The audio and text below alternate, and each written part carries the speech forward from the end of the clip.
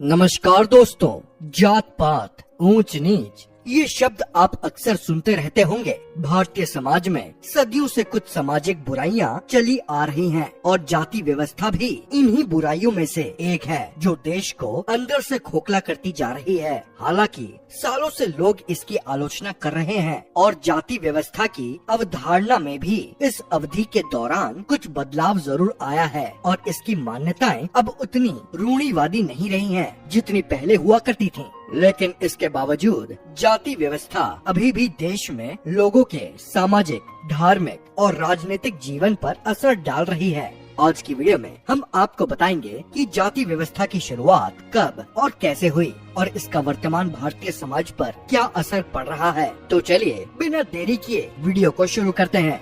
अगर जाति शब्द की बात करें तो ऋग्वेद में जाति शब्द का उल्लेख नहीं किया गया है, बल्कि इसकी जगह चतुर्वर्ण यानी 4 वर्ण शब्द का प्रयोग हुआ है, जिसका अर्थ संभवतः रंग से लगाया जाता है। वर्ण व्यवस्था का सबसे पहला उल्लेख ऋग्वेद के 10वें मंडल में मिलता है। 10वां मंडल ऋग्वेद में बाद में जोड़ा गया है। ऋग्वेद के 10वें मंडल के पुरुष सूत्र में उल्लेख मिलता है कि विराट पुरुष के मुख से ब्राह्मण, भुजाओं से क्षत्रिय, जंघा से वैश्य और पैरों से शूद्र की उत्पत्ति हुई है। इस वर्ण व्यवस्था में ब्राह्मणों का स्थान सबसे ऊंचा था और शूद्रों का सबसे नीचा। हालांकि ऋग्वैदिक काल में वर्ण का आधार जन्म न होकर कर्म होता था, लेकिन धीरे धीरे ये पूरी व्यवस्था जन्म पर आधारित होने लगी। शुरुआत में केवल 3 वर्ण थे, ब्राह्मण, क्षत्रिय और द्विज, लेकिन बाद में विराट पुरुष से जन्मे वर्ण की शूद्रों को भी एक समुदाय में मिलाने का प्रयास किया गया। ऋग्वैदिक काल में ही श्रम का विभाजन काफी विकसित हो चुका था। ऋग्वेद में उल्लेख मिलता है कि एक ही परिवार के अलग अलग सदस्य कवि, पाठक और भीषण यानी पिसाई करने वाले का काम करते थे। इससे कोई सामाजिक भेदभाव उत्पन्न नहीं होता था, न ही किसी को ऊंचा नीचा समझा जाता था। लेकिन उत्तर वैदिक काल के अंतिम दिनों में आर्यों की विभिन्नता के आधार पर लोगों की सामाजिक हैसियत में भी अंतर किया जाने लगा और लोगों के बीच वर्ण के आधार पर भेदभाव शुरू हो गया। शूद्र और दास कर्म करने वाले कुछ आर्य चतुर्थ वर्ण की श्रेणी में आ गए। वैदिक काल के अंत होते होते वर्ण व्यवस्था से जुड़ी कुछ कठोर बातें भी सामने आने लगी। शूद्र के शरीर से स्पर्श करना और कुछ विशेष अवसरों पर उन्हें देखना निषेध कर दिया गया। उत्तर वैदिक काल में रचित शतपथ ब्राह्मण और श्रोत सूत्रों में शूद्रों के संपर्क में आने और उन्हें शमशान जितना अपवित्र होने की बातें कही गई हैं। इसके बाद मनुस्मृति की रचना हुई, जिसमें शूद्रों के बारे में बहुत सी बातें लिखी गई।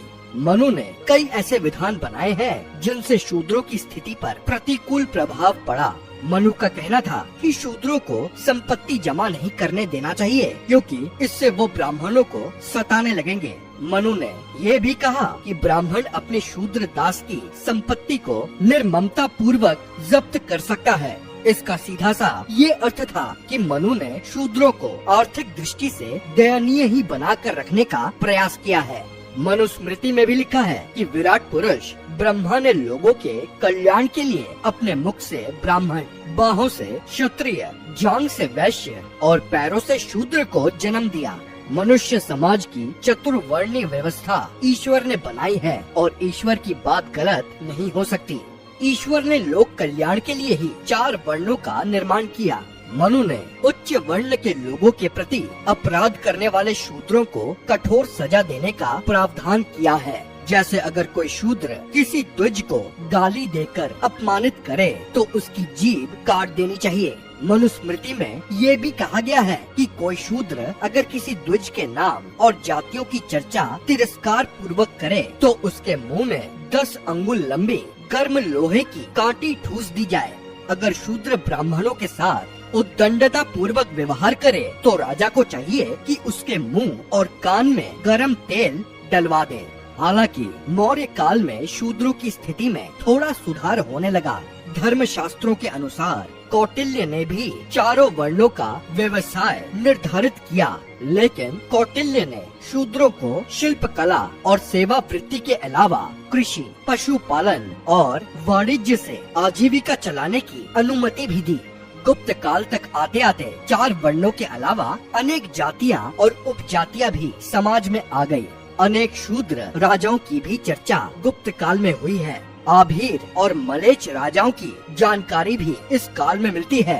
कुछ ऐसे उल्लेख भी मिलते हैं जिनसे पता चलता है कि ब्राह्मणों ने भी क्षत्रियों और वैश्यों का पेशा अपना लिया था। मृच्छकटिकम के अनुसार चारुदत्त ब्राह्मण होने के बावजूद वाणिज्य व्यवसाय करके जीवन यापन करता था। हालांकि अभी भी समाज में भेदभाव था। गुप्त काल के ग्रंथों में लिखा है कि ब्राह्मणों को शूद्र का अन्न नहीं ग्रहण करना चाहिए, क्योंकि ऐसा करने से ब्राह्मणों का आध्यात्मिक बल घटता है। वर्ण सिर्फ 4 हैं, लेकिन जाति अनेकों हैं। ब्राह्मणों को छोड़कर अन्य वर्णों को विभिन्न जातियों में विभाजित कर दिया गया। समाज सुधारक ज्योतिबा फुले के अनुसार ब्राह्मण तो संगठित रहे, लेकिन उन्होंने बाकी वर्णों को अलग अलग जातियों में विभाजित कर दिया। फुले के अनुसार जाति व्यवस्था ब्राह्मणों की देन है।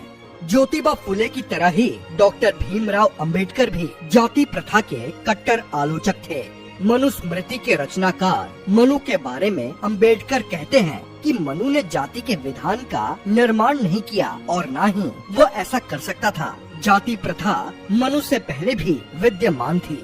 वैसे तो हमारे देश में जाति व्यवस्था को लेकर कई तरह की अफवाहें भी समाज में फैलाई जाती हैं, चाहे वो सोशल मीडिया हो या फिर लेफ्ट विंग पार्टीज हो। लोकतंत्र में जाति व्यवस्था। भारतीय लोकतंत्र और संविधान सभी नागरिकों को एक समान समझता है। संविधान के अनुच्छेद 15 में राज्य के द्वारा धर्म, मूल वंश, जाति, लिंग, जन्म स्थान के आधार पर नागरिकों के प्रति जीवन के किसी क्षेत्र में भेदभाव नहीं किए जाने की बात कही गई है और अनुच्छेद 17 में भी काफी कुछ बताया गया है। लेकिन हकीकत में देखें तो ये आज भी किसी न किसी रूप में विद्यमान है, क्योंकि जाति व्यवस्था समानता में नहीं बल्कि 2 वर्गों में वरिष्ठता के सिद्धांत को मानती है। इसीलिए ये लोकतंत्र के विरुद्ध है। निसंदेह जाति प्रथा एक सामाजिक बुराई है। देश को आजाद हुए 70 साल से अधिक समय बीत चुका है, मगर आज भी हम जाति प्रथा के चंगुल से मुक्त नहीं हो पाए हैं। यहाँ तक कि लोकतांत्रिक चुनावों में भी जाति एक बड़े कारक के रूप में विद्यमान है। ब्रिटिश राज के समय से ही इन जातियों को और भी ज्यादा बांटा गया और इसको कास्ट का नाम दिया गया, जबकि वर्ण, जाति और कास्ट तीनों ही अलग अलग चीजें हैं। हिंदू धर्म में जो वर्ण व्यवस्था थी वो हमारे कर्मों के ऊपर आधारित थी, न कि जन्म से। पर हजारों सालों में ये धीरे धीरे बदल के जन्म से आधारित हो गई, जिसका फायदा आजकल की पॉलिटिकल पार्टीज ले रही हैं। और एक जागरूक नागरिक होने के अनुसार हम सभी को इसकी सच्चाई के पीछे जाना चाहिए और खुद से मनुस्मृति और ऋग्वेद जैसे किताबों को पढ़ना और समझना चाहिए और उसके बाद अपना पॉइंट ऑफ व्यू रखना चाहिए। पर जो फिलहाल हमारे देश में जातिवाद का जहर हम सभी को पिलाया जा रहा है, इससे हमें बचना चाहिए और अपने समाज में इन सभी बुराइयों को खत्म कर देना चाहिए। तो दोस्तों, ये थी भारत में जाति व्यवस्था पर हमारी आज की वीडियो।